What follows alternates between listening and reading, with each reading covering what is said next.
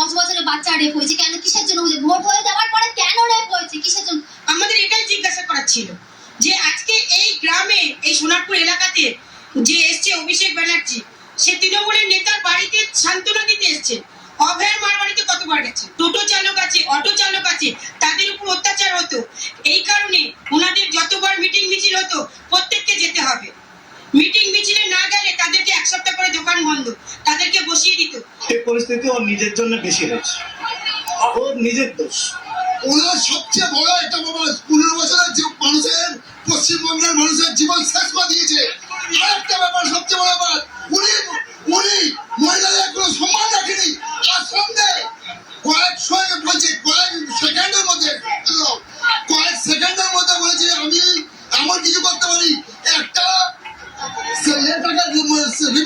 শেষ করে দিতে পারি, একটা জাতিকে শেষ করে দিতে পারি। হ্যাঁ, উনি যা করেছে ওনার এটাই প্রাপ্য। উনি ওপেন থ্রেট দিয়েছিল 4 তারিখের পরে মা বোনেরা কেউ থাকবে না, সব শাড়ি দিয়ে পড়াবে, সব কিছুকে মারবে। এমনকি আমাদের ফোন করে এটা কিছু করাই হয়নি, যা যেটা কোনো পার্টির থাকে না, এটা জনতা করেছে, এটা জনগণ করেছে। আমাদের সাদা তার বড় চলে, আমাদের শরীরে বলে বলছে সত্যি কাজ হচ্ছে, দেখো আছে আমাদের গাটার মধ্যে মেয়েরা বলছে বাড়ি থেকে বাড়াবে না, আমরা মহিলারা বাড়িতে বাড়াবে না।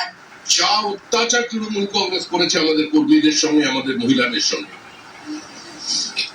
আমরা সংযত আছে ছিলাম বলেই আজকে তৃণমূল কংগ্রেস অক্ষত আছে। কর্মসূচিতে বেরিয়ে বিক্ষোভের মুখে অভিষেক, সোনারপুরে চোর চোর স্লোগান, ঢেল ইট ডিম জুতো।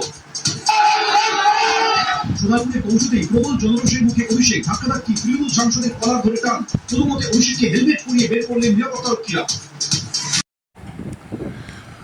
প্রথমে চেষ্টা অ্যাপোলোতে যে নাটক করে ভর্তি হয়ে যাওয়া, অ্যাপোলো নিল না।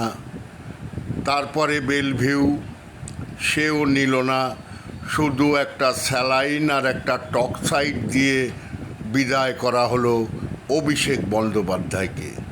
এটাই তো ওনার কপালে ছিল, উনি মানুষকে মানুষ মনে করেননি। ও বেটা নিজেকে কি মনে করতো জানি না, উপযুক্ত সাজা হয়েছে, এটাই তো দরকার ছিল। ও যেমন মানুষকে মানুষ মনে করেনি, আজকে মানুষও ওকে মানুষ মনে করছে না। পিসিও যদি বাইরে বেরোয় এই হালটাই হবে। সেই কারণে এদের বাইরে না বেরোনোটাই ভালো। 6 মাস বাড়িতে বসো, খাও দাও, ঘুমাও। অনেক করেছো, অনেক লড়েছো, কোর্টে যাবে যাও, কিছুই হবে না বাবা। এ জনতার মার, এ দুনিয়ার বার। তুমি যাই করো, তোমার পাপের সাজা তোমাকে পেতেই হবে। জয় শ্রীরাম।